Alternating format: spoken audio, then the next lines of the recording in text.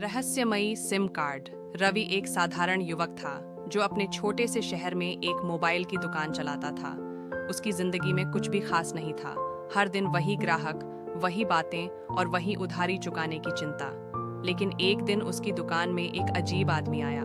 वह लंबा काले कपड़े पहने हुए था और उसकी आंखों में एक अजीब सी चमक थी। उसने रवि से कहा, मुझे एक खास सिम चाहिए जो किसी और के पास ना हो। रवि ने हंसते हुए जवाब दिया, साहब, यहाँ हर तरह के सिम मिलते हैं, पर ऐसा अनोखा सिम तो नहीं।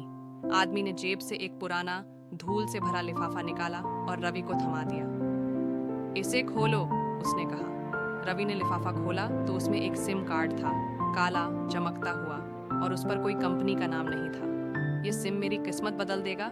रवि ने हैरानी से पूछा। आदमी मुस्कुराया, बस इसे अपने फोन में डालो और देखो। रवि ने झिझकते हुए सिम को अपने मोबाइल में डाला। जैसे ही उसने फोन ऑन किया, स्क्रीन पर एक मैसेज आया, बधाई हो, आपको असीमित अवसर और शक्ति प्राप्त हुई है, पर याद रखना, हर चीज की एक कीमत होती है।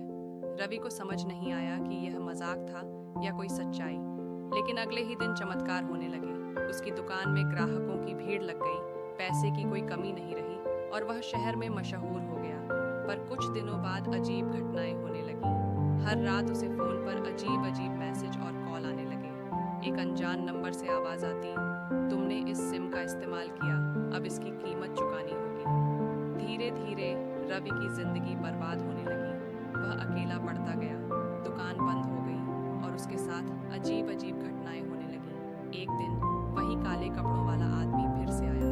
क्या तुम सिम वापस करना चाहते हो? उसने पूछा। रवि रो पड़ा।